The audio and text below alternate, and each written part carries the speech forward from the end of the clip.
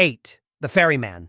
The Ferryman might be number 8, but he's been around since 500 BCE, making him the oldest demon in the Conjuring timeline. Born from Greek mythology as Charon, the boatman of Hades, he ferried the dead across the river Styx for a price no coin. Your soul wandered for a century. By the early 1900s, the myth became real. Case files from 1921 show victims with silver coins over their eyes. Ed and Lorraine tracked him down, discovered his tether, a cursed coin purse, and trapped him inside. But in 1972, Daniela opened their artifact room in Annabelle Comes Home. The ferryman terrorized Judy Warren and her friends before being sealed back in his pouch. 7. The Bride. On August 10, 1963, the Warrens opened a case they simply called The Bride. This entity carried a curse so violent that any bride who wore her dress was overwhelmed with murderous rage, compelled to kill their groom on their wedding night. As Judy Warren later explained, the wedding dress haunts people, makes them violent.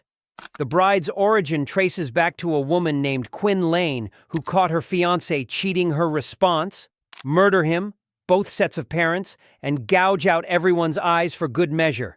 Talk about bridezilla energy. Her spirit fused with her wedding gown, which had one creepy party trick. After every killing, the blood just vanished, leaving the dress spotless and ready for the next unlucky bride-to-be. After a string of bloody ceremonies, the Warrens blessed it and locked it away. But when Daniela couldn't resist snooping in Annabelle Comes Home, the bride even possessed her, forcing her into the dress and nearly making her kill Mary Ellen. The girls barely managed to contain the evil, proving that some wedding crashers never leave. 6. Bathsheba Sherman. Bathsheba Sherman is the Conjuring universe's original witch, and unlike Valak or Malthus, she isn't from dusty grimoires. She's straight out of New England's backyard, born in 1812. She married Judson Sherman in 1844 and settled on a Harrisville, Rhode Island farm. Legend says that by 1870, Judson caught her sacrificing their infant to Satan. Bathsheba made a dramatic exit, climbing a tree and hanging herself while cursing anyone who lived on her land. The property became a horror Airbnb. A boy drowned, a maid died by suicide, and in the 1930s, Mrs. Walker killed her son before hanging herself.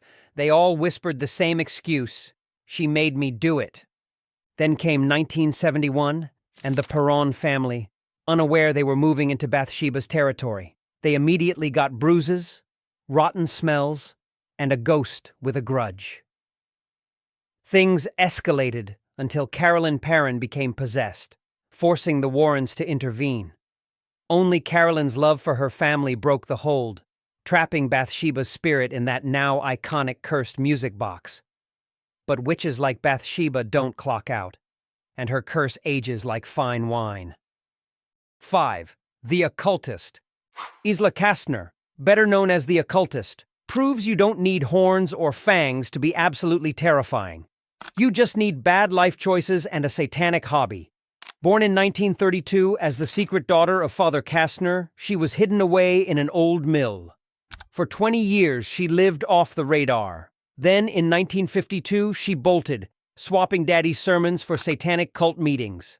By 1981, Isla resurfaced with her own twisted agenda. She built a dark altar and invoked a Strigaria curse that demanded 3 sacrifices: the lover, the child, and the man of God.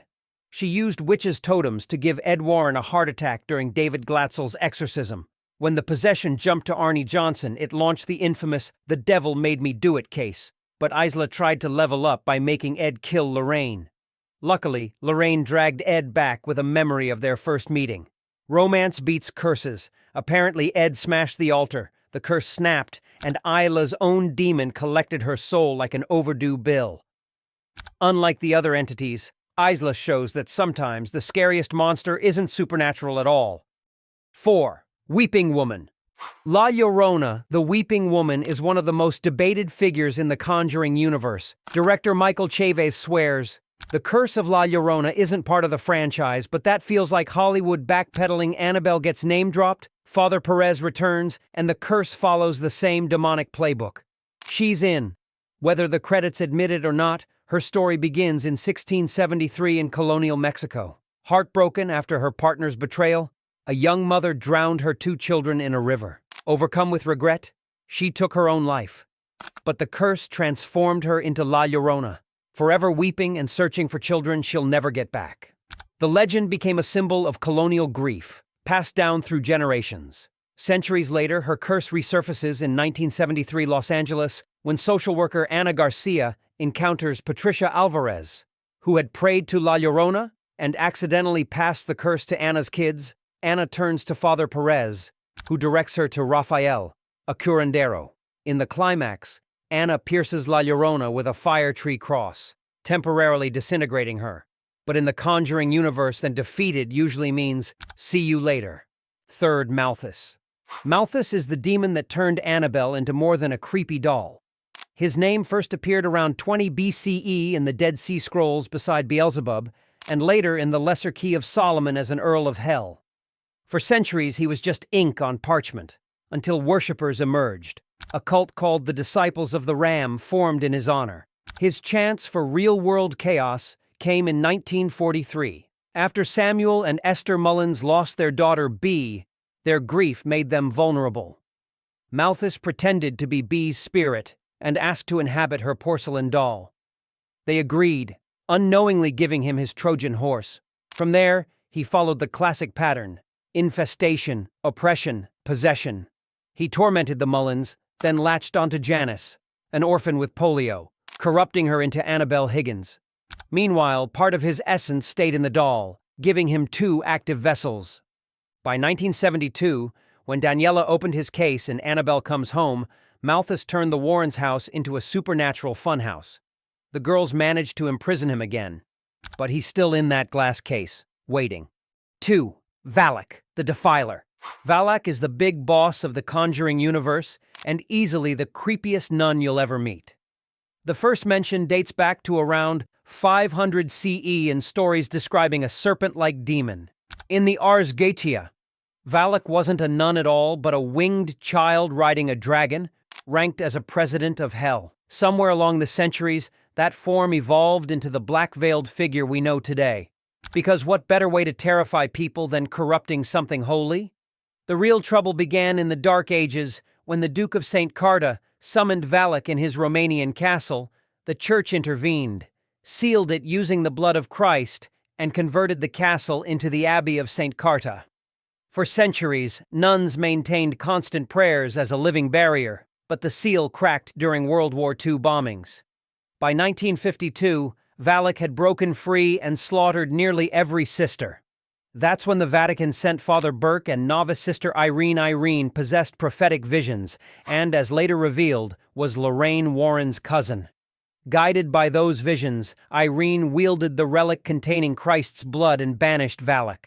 But Valak cheated the system, attaching itself to Maurice Frenchy Theriot as it was forced back. Through the 1950s to 1970s, Valak resurfaced multiple times. During the Enfield haunting in The Conjuring 2, it hid behind the ghost of Bill Wilkins and even appeared as the Crooked Man.